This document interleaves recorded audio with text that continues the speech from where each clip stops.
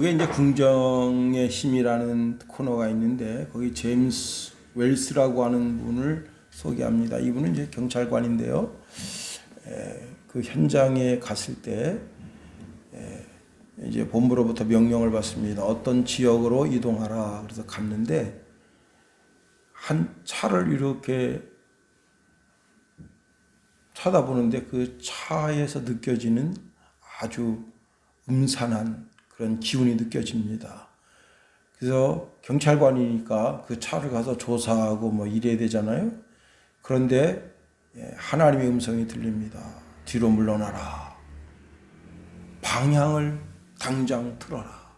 그래서 뒤로 물러나서 세 걸음 뒤로 물러났을 때 그 차에서 폭발이 일어났는데 그 주변에 있는 많은 건물이 무너졌습니다. 엄청난 폭발을 일으켰는데 그 차에 있었던 분이 암 환자인데 세상을 비관해 가지고 폭탄을 그 차에 싣고 그리고는 이제 그렇게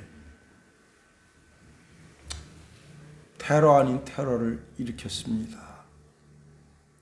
이분 제임스 웰스라고 하는 분이 하나님의 음성을 듣고 아주 자기 심령 가운데 잔잔한 그런 음성으로 들렸다고 그래요. 그래서 자기가 깜짝 놀랐다. 처음에 그 음성을 들었을 때 이제 그 경찰관을 지켜보는 CCTV가 있는데 경찰관이 두리번거립니다. 누군가 음성이 들리니까 그러다가 뒷걸음질 쳐서 세 걸음 정도 물러섰을 때 폭발이 일어났어요. 하나님의 음성을 듣는 것이 참 중요하다. 때로는 느낌을 통해서 하나님의 음성을 듣기도 하고 때로는 찬송을 부르다가 주의 음성을 듣기도 하고 때로는 성경을 보다가 주의 음성을 듣기도 합니다.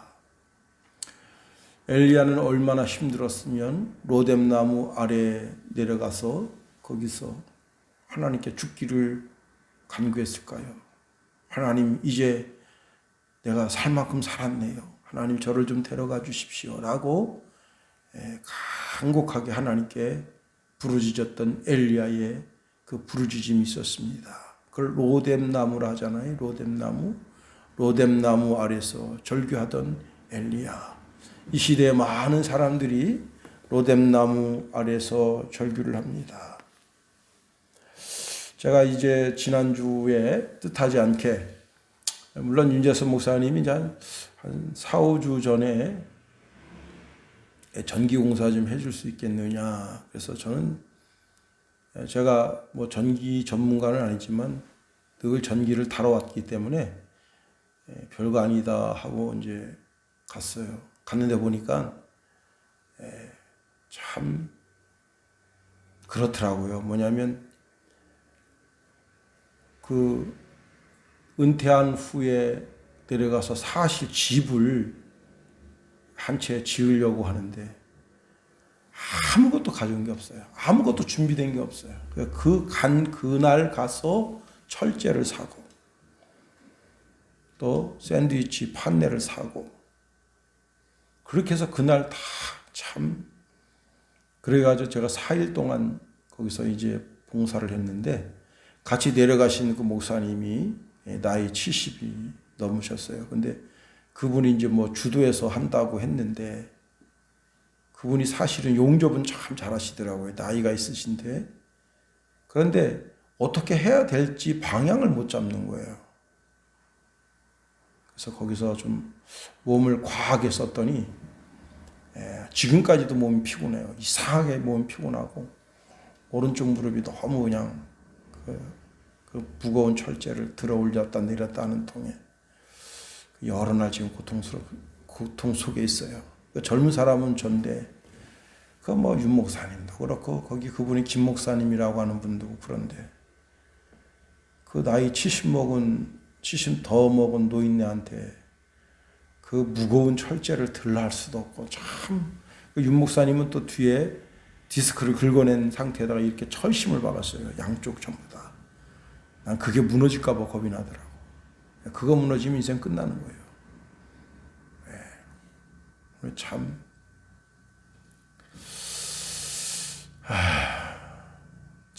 그런 가운데 그렇게 이제 또 올라오는데 제가 목요일까지 제가 봉사해 드릴게요 하고 그 목사님도 이제 목요일까지 하는 것으로 그렇게 약속을 했어요. 그래서 목요일날 올라오는데 저는 차가 충분하게 있는 줄 알았어요. 그랬더니 거기서 광주로 가는 차는 있는데 목포로 가는 차가 없어요. 그 목포에서 KTX 타고 올라오면 되는데 목포로 가는 차가 없어서 광주까지 가는데 광주까지 1시간 20분 걸리는 겁니다.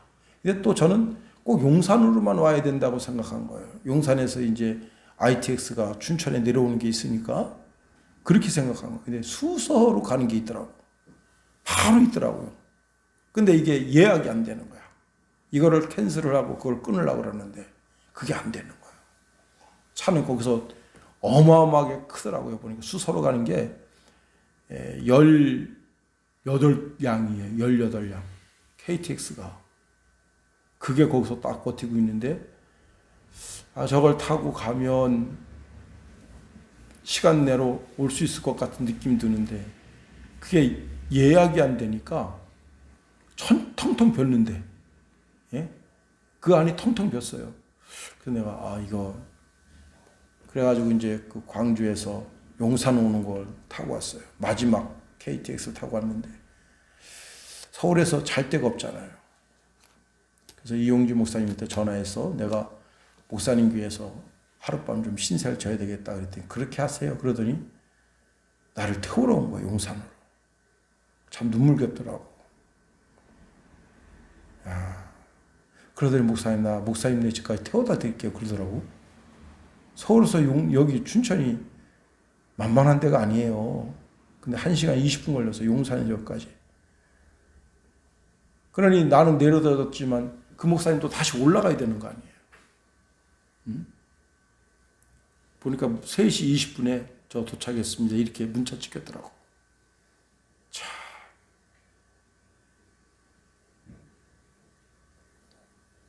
참. 이상하게 오래간만에 몸을 써서 그런지 그냥 낮에도 그냥 피곤해요. 이상하게 피곤해. 몸이. 그래서 나 옷나무 만지지도 않았거든. 뭐 나무가 있길래 이렇게 쳐다보기만 했는데 여기 옷이 오른 거예요.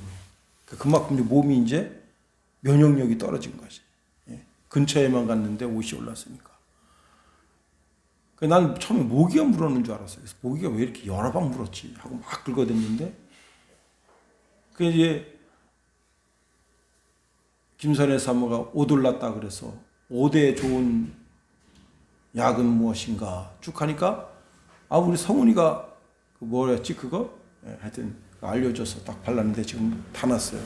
좀 한두 번 더 발라야 되는데 참 모든 거 다 생각할 때 은혜고 감사한 것 뿐입니다.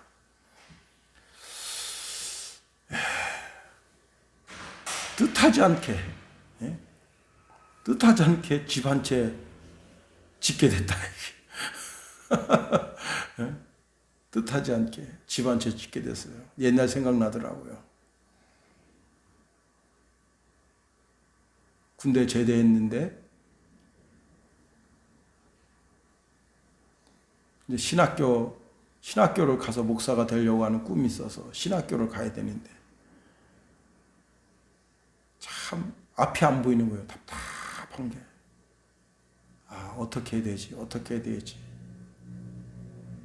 그래서 이제 그 상태에서 제가 이제 7월 23일 날 제대를 했는데 수능 시험 준비를 한 거예요. 수능 시험 준비를.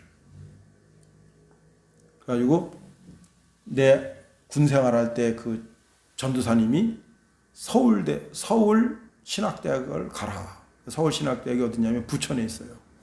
서울시 그때는 자기가 가고 싶은 대학에다가 원서를 쓰는 거예요. 그리고 그 대학에 가서 시험을 보는 거예요. 그런데 그 전도사님이 나한테 추천서를 써준다 했거든. 근데 추천서를 못 받은 거예요. 그래서 내 담임 목사님한테 추천서를 받은 거예요. 장로교 사람이 성결교 재단에다가 원서를 내는 거예요. 그럼 어떡하겠어요, 여러분은? 그분이 첫 질문이 이거였어요. 왜 장로교 사람이 성결교 재단에 왔습니까? 그 무슨 뜻이에요? 너는 올 사람이 아닌데 여기 왜 왔니? 그 뜻이에요. 그 무슨 뜻이에요? 넌 안 돼. 그 뜻이에요. 그 내가 얘기했어요. 그랬더니 아, 그러냐고. 그럼 그 전사님 추천서를 받아오지. 왜 그 추천서도 안 받고 시골교회 목사님 추천서를 받았냐. 그래서 이제 안 되는구나. 안 되겠구나. 그런 마음을 거기서 받았어요. 그리고는 이제 내려왔어요. 그리고 그해 겨울에 인천으로 가자. 인천을 간 거예요. 그리고 내가 얘기했죠.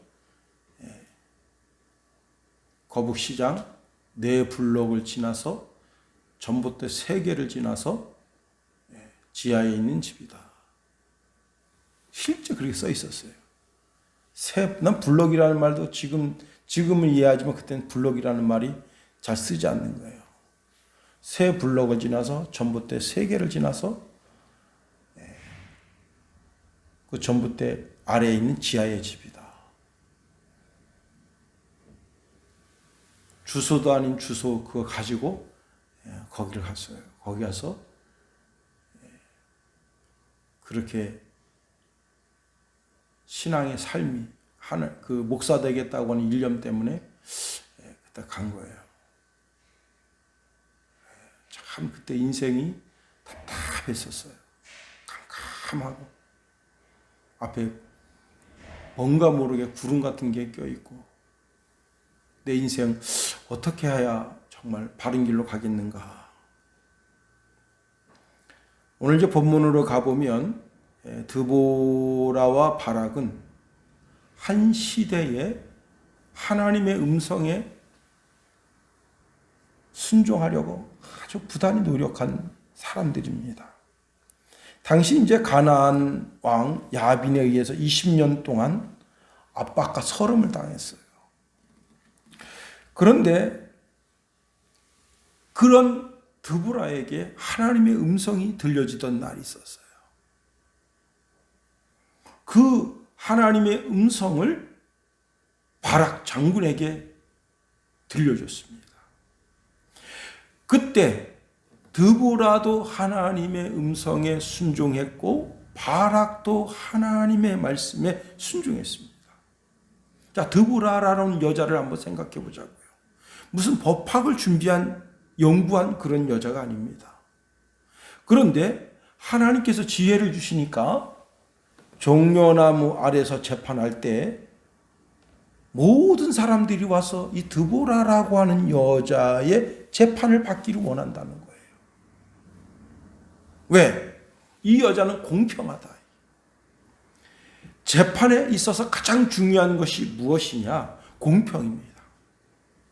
레위기 19장 36절에 보면 공평한 저울과 공평한 추와 공평한 에바와 공평한 흰을 사용하라 했습니다. 공평하다라고 하는 말은 어느 쪽으로 기울어지지 않았다는 거예요.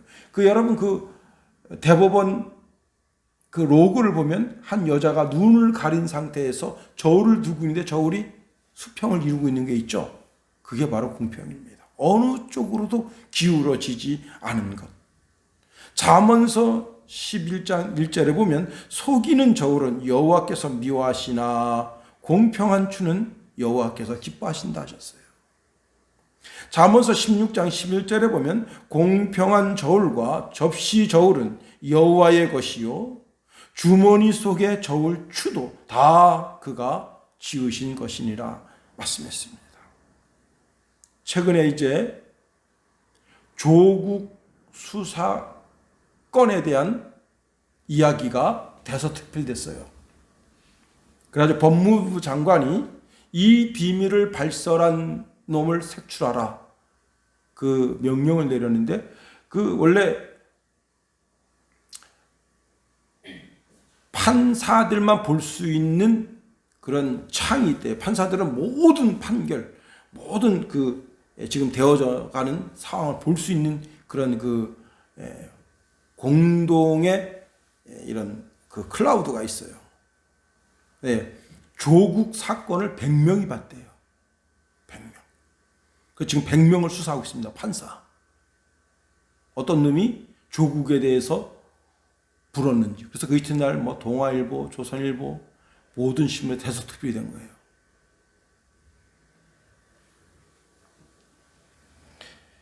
그래서 이에 대해서 최순실 씨가 항변을 했습니다.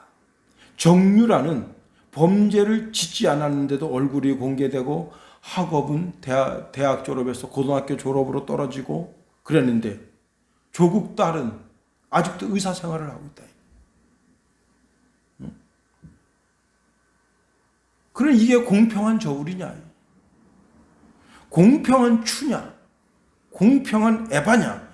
공평한 신이냐? 이 최순실 씨가 지금 따지고 있는 겁니다.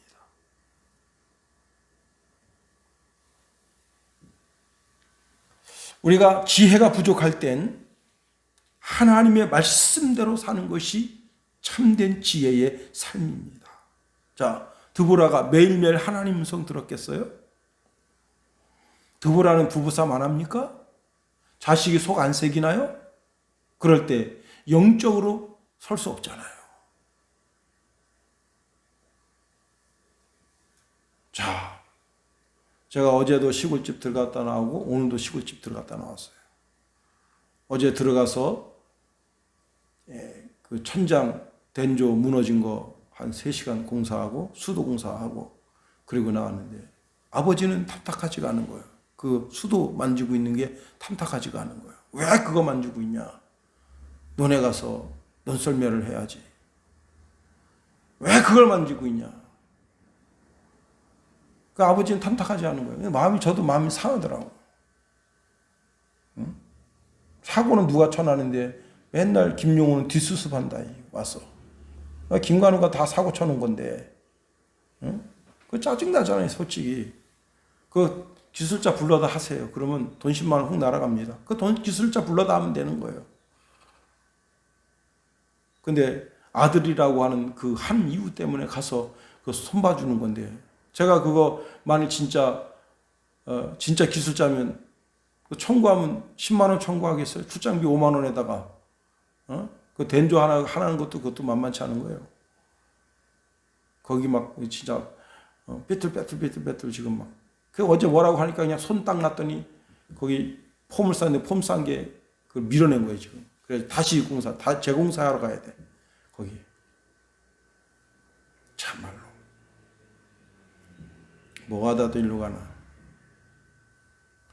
하여튼지간에 아버님은 자꾸 막 거기다 대고 막 이런저런 막 아버님 나름대로 막 짜증을 내버리니까 나도 그냥 확 짜증이 나더라고요. 그런데 그 한 속에 내가 하나님 그래도 내 부모에게 공경하라, 내 부모에게 순종하라 하셨는데 하나님 저 자신도 순종하고 공경할 수 있게 도와주옵소서. 주의 음성 들린 게 아니에요. 그 순간에 내가 하나님께 기도했어요. 하나님 부모님에게 순종하라 했는데, 부모님에게 공경하라 했는데 하나님 그렇게 할 수 있게 도와주시옵소서. 주의 음성이 들려지지 않을 때 이 시대에 살고 있는 그리스도인들의 삶 속에서 원하는 삶이 뭐냐면 하나님의 말씀이 내 신앙의 잣대가 되면 된다는 거예요. 그게 진짜 지혜로운 사람의 삶이라는 겁니다. 자, 바락 장군을 보세요. 바락 장군은 농사꾼입니다. 근데 어느 날 하나님의 음성이 들려서 군대 장관의 길을 가게 됩니다. 자, 그런데 드보라 사사가 명령을 내리는 거예요. 가서 지금 군대를 모집하라. 참 그거 쉽지 않죠. 근데 군대를 그렇게 모집했는데 10,000명이나 모였습니다. 근데 그 10,000명 군대를 가지고 가나안 왕 야빈의 군대, 철병가가 900승이고 정말 어마무시한 시스라 장군, 아주 잔인하기 짝이 없는 사람입니다. 그 사람을 맞서서 전쟁에 임하라고 할 때, 야, 이거 진짜, 이게 뻔하잖아요. 응? 죽으라고 가는 거하고 똑같은 거 아니에요. 너 죽으러 가라. 그럼 가겠냐 이 말이에요. 응? 너 지금 그 시스라 장군이 지금 철병거 900승을 가지고 글로 맞서 싸우러 가라. 가겠냐 말이에요. 이게 쉽지 않은 거예요. 그런데 이 바락 장군이 드보라 사사 입을 통해서 전해진 하나님의 말씀에 순종했다는 거예요. 그것을 오늘 본문 2절에서 이렇게 말씀하고 있어요. 2절 한번 읽어봅니다. 시작. 이스라엘의 영솔자들이 영솔하였고 백성이 즐거이 헌신하였으니 여호와를 찬송하라. 9절 말씀 보세요. 시작. 내 마음이 이스라엘의 방백을 사모함은 그들이 백성 중에서 즐거이 헌신하였음이니 여호와를 찬양하라. 예. 거기 보면 즐거이라고 하는 부사가 붙었어요. 즐거이라고 하는 부사는 마음에 거슬림이 없이 흐뭇하고 기쁘게라는 뜻입니다. 이건 네이버 사전에 그렇게 말씀하고 있어요. 하나님의 말씀에 순종하는 삶을 사는데 거스림 없이 흐뭇하고 기쁘게, 그렇게 지금 누가? 지도자들이 헌신했다는 거예요. 백성들이 그렇게 헌신했다는 거예요. 자, 조상들이나 선조들이 우상을 섬기니까 하나님께서 가나안 왕 야빈의 철병거로 이스라엘을 이기게 한 것 아니겠어요? 또 이들이 우상을 섬기니 하나님께서 그것을 싫어하셔서 오늘 본문에 보면 새 신을 섬겼다 그랬어요. 그래 하나님께서 그들을 가나안 왕 야빈을 통해서 이스라엘을 이기게 하신 겁니다. 화요일날 이제 시골집 가서 수도 고치고 있는데 어머니가 이런저런 얘기하시면서 대북전단 얘기를 하셔요. 지금 대북전단 때문에 전쟁 나게 생겼다. 그래서 걱정하시더라고요. 그래서 제가 그런 얘기를 했어요. 지금 미군 지금 세계 그 항공모함이 와 있잖아요. 우리나라 영해에. 전쟁 날 일은 없을 겁니다. 그 비행기가 지금 280대래 전부 다 합치면, 거기에 이제 괌에서 죽음의 배수조가 또 뜨면 어떻게 되겠어요? 왜 그걸 걱정하는 거예요? 지금 철책이 다 무너진 상태고 전쟁 나면 어쩌나. 시골 안악내도 그게 두렵고 무서운 거예요. 전쟁 나면 다 끝난다. 그런데 여러분, 우리가 말씀대로 사는데, 말씀대로 살려고 몸부림치는데, 우상을 버리고 하나님의 말씀을 순종하려고 하는데 야빈의 철병과 같은 북한의 탱크가 내려오겠냐 이게. 나라와 민족을 위해서 기도하는 분들이 많은데 야빈보다 더 악랄한 김정은이를 이 땅에 내려보내시겠냐 이 말이에요. 여기서 중요한 것이 있어요. 우리는 하나님을 뜨겁게 사랑하고 하나님의 말씀대로 사는 인생이 될 때 하나님은 절대로 우리를 버리지 않으신다는 거예요. 제가 이제 설교하는 설교를 가끔 들여다봅니다. 어떤 설교는 최근에 올렸는데도 한 12분이 설교를 보셨더라고요. 참 신기하죠. 이 유튜브 말씀을 듣고 은혜 받는 사람이 있겠는가. 처음에는 기우뚱거렸는데 그래도 들여다보는 사람이 있다. 아니 우리 식구들이야 뭐 들여다본다 하지만 남의 식구들이야 뭐 유튜브 하든지 말든지 무슨 상관이겠어요. 그런데 제가 그런 생각을 갖는 거예요. 이 설교를 듣다가 하나님의 은혜를 깨닫고 바르게 사는 한 사람이 있다면 그건 된 것이다. 제가 목회 처음 시작할 때 그때도 이제 강의 설교를 했었어요. 그때 우리 친구 목사님들이 다들 그냥 월요일마다 설교 연구회라 그래가지고 모이는데 설교 연구회 모임에 설교 원고지를 가져간 사람 김용우밖에 없었어요. 이분들은 거기 와서 제가 설교 이게 브리핑을 하면 그거 딱 듣고는 조괄하고 그걸 가지고 가서 한 주일 동안 집에 처박아 놨다가 주일날 딱 설교할 때 그 원고지 그대로 들어가서 설교하는 거예요. 김용호는 열심히 했어. 아니 그렇게 7년 동안 했어요. 예. 근데 나중에 그게 아닌 것 같더라고. 왜? 이 사람들이 이렇게 해서는 안 되는데. 왜? 자기도 설교 준비를 해야지. 월요일날 와서 설교 준비하는 거 듣고, 이건 진짜 하나님 원하시는 것이 아닌지도 모르겠다. 그래서 그 모임이 없어진 거예요. 그러나 평신도는 틀려요. 평신도는 그 설교 말씀 듣고 은혜를 깨닫고 하나님 말씀 가운데 살려고 몸부림치면 그게 얼마나 감사한 거예요. 자, 그런데 오늘 본문 2절 말씀에 보면 이스라엘의 영솔자들이 영솔을 하였고 그렇게 말씀하고 있습니다. 여기 아주 중요한 말씀이 있는데요. 이 영솔자들이 누구냐? 바로 드보라와 바락을 말하는 겁니다. 이 영솔자라고 하는 말 뜻이 뭐냐면 무성하게 자란 머릿결이라는 뜻이에요. 무성하게 자란 머릿결. 젊은 사람 어떻죠? 머리가 빳빳하죠. 저는 지금도 이제 많이 힘이 약해졌어요. 여기서 드라이로다가 이렇게 넘기면 이렇게 넘겨지고 저렇게 넘기면 저렇게 넘겨지는데 우리 아마 김성훈 정도면 머리가 빳빳할 거예요. 이렇게 누르면 안 눌러질 정도로 힘이 있는 거죠. 바로 그 뜻이에요. 여기 영솔자라는 뜻이 뭐냐면 머리털이 자라서 빳빳하다 이거예요. 아무리 눌러도 눌러지지 않을 정도로 빳빳하다. 힘이 있다는 거예요. 다시 말하면 힘이 매우 강한 자라는 뜻이 영솔자라는 뜻에 있는 거예요. 그러면 머리가 어디에 나죠? 최고 사람 이 머리 위에 머리털이 나는 거 아니에요. 최고 높은데 그것은 뭐냐면 이스라엘의 최고 높은 지위에 있는 지도자라는 뜻이에요. 영솔자라는 뜻이.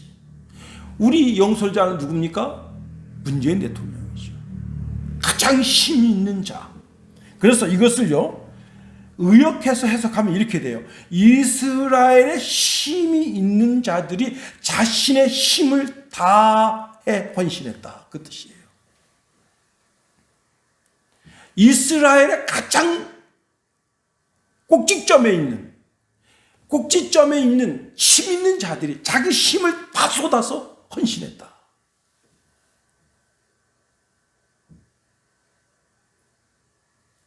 어떤 일을 함에 있어서 자기가 할 수 있는 모든 힘을 다 쏟는 거예요.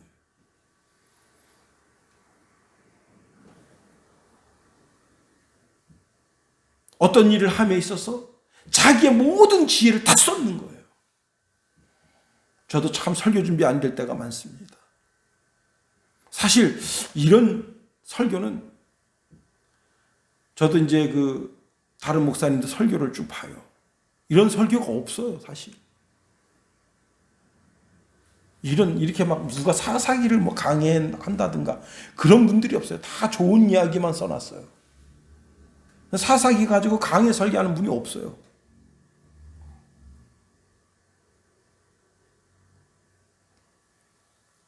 그래서 말씀 준비하다가 말씀이 탁 막혀요. 그럼 어떡하느냐? 하나님, 잠깐 쉬어야 되겠습니다. 그리고는 컴퓨터 버튼을 딱 누르고 밖에 소파에 앉아서 무두커니 앉아 있어요. 그리고 창밖을 이렇게 보고 또 밖에 창밖을 이렇게 보고 한 5분 머리를 식혀요. 그리고 다시 와요. 다시 와서 하나님께 기도합니다. 하나님, 다시 컴퓨터를 켜려고 합니다. 저에게 지혜를 주십시오. 그럼 또 말씀이 풀려. 참 신기해요. 그럼 다시 써. 그게 오늘 설교 원고가 된 거예요. 여러분, 인생 살다가 막힐 때 저는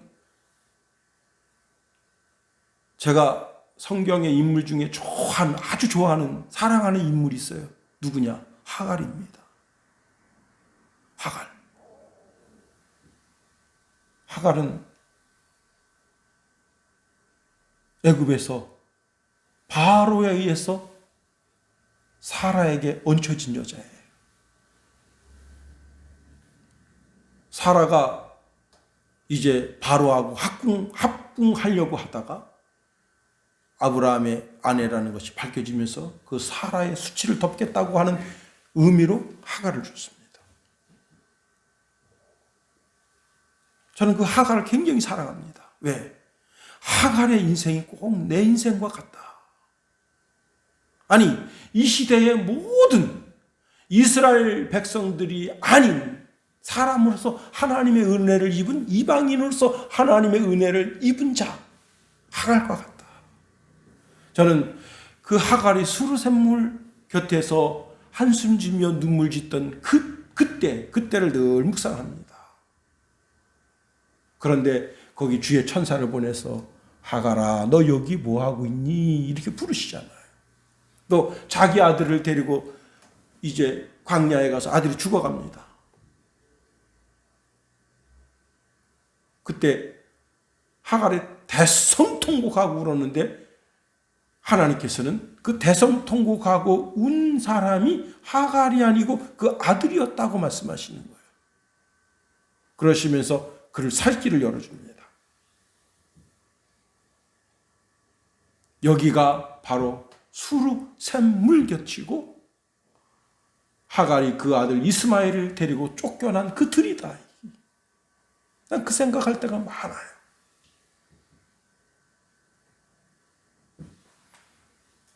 여기에서 어떻게 해요? 우리는 우리가 하나님께로부터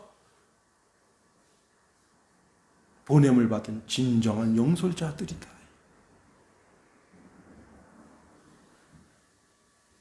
우리는 더 이상 물러설 것이 없는 사람들입니다. 인생 최하 바닥까지 온 거예요. 교회적으로도 그래요. 우리 가정적으로도 그래요. 최고 밑바닥까지 온 거예요, 지금. 더 이상 물러설 것이 없는 거예요. 김성원 마음 강하게 해요. 더 이상 물러설 것이 없는 거예요, 우리는. 저도 마찬가지입니다. 더 이상 물러설 것이 없는 거예요. 오죽했으면 3월 달에 교회를 포기하려고 마음 먹겠어. 더 이상 물러설 것이 없어요. 우리는 내가 무너지면 이스라엘 전체가 무너진다고 해서 자기의 모든 힘을 쏟았던 드보라고 우리가 바라기다. 우리가 무너지면 어떻게 되는 거예요? 이스라엘은 더 이상 소생 못하는 거예요. 가나안 왕 야빈에 의해서 계속 짓밟히는 거예요.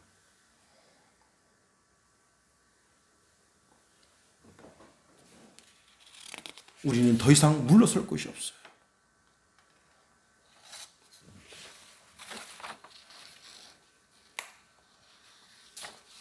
이명박 대통령님 얘기만 한마디 하고 마치려고 그래요. 이명박 대통령님이 이제 현대건설의 격리 담당 직원이었대요. 근데 해외 파견을 나갔는데 해외 깡패들이 돈 있는 거 알고 그 사무실을 습격한 거예요. 근데 그게 다 뭐냐? 현지의 월급은 국내에서 가정집으로 다 개 가정집으로 돌아가는데 이 돈은 현지에서 이 돈이 있어야 운영되는 거예요. 뭐 기름도 사고 차 망가지면 수리도 하고 이렇게 하는 돈이에요. 깡패들이 그러니까 이게 한국 깡패가 아닙니다. 국제 깡패예요. 국제 깡패. 국제 깡패가 거기 돈 있는 줄 알고 대낮에 들어온 거예요. 쇠파이프 이런 거 가지고. 근데 이명박이가 그 금고를 끄라는 거예요. 거기서 몽둥이 찜질을 합니다. 근데 자기가 놀 수 없다. 이거 은행 털리면 어떻게 되냐면 이 은행 금고 털리면 나도 죽고 현대건설 다 죽는다. 머리가 터져서 피가 난자하게 되는데 그걸 끝까지 놓치라는 거예요. 이걸 정주영이가 정주영 회장이 알았어요. 강도가 난입했는데 끝까지 그 근거를 지켰다. 더 있었으면 아마 그날 이명박이는 하나님의 나라를 갔을 겁니다. 경찰차가 누가 신고했는지 신고받고 경찰차가 왔어요. 그래서 그 강도들이 다 도망갔습니다. 이 정주영 회장이 자기 일에 책임을 다하는 사람이구나 하고 이명박이를 눈여겨두고 나이 30에 그를 현대건설 사장시킨 겁니다. 세상 사람도 정주영이는 회장, 예수 믿는 사람이 아니에요.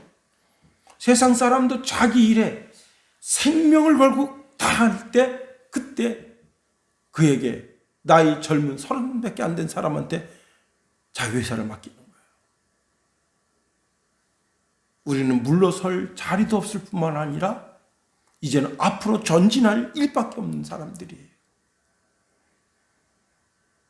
그러니 마음을 다잡고 굳건하게 헌신해서 오늘 특별히 2절 말씀이 우리의 심령 가운데 더욱더 굳건하게 여러분과 제 심령 가운데 와닿게 되기를 예수님의 이름으로 축원해 드립니다. 주기도문 하겠습니다. 하늘에 계신 우리 아버지, 아버지의 이름을 거룩하게 하시며 아버지의 나라가 오게 하시며 아버지의 뜻이 하늘에서와 같이 땅에서도 이루어지게 하소서. 오늘 우리에게 일용할 양식을 주시고 우리가 우리에게 잘못한 사람을 용서하여 준 것 같이 우리 죄를 용서하여 주시고 우리 시험에 빠지지 않게 하시고 악에서 구하소서. 나라와 권능과 영광이 영원히 아버지의 것입니다. 아멘.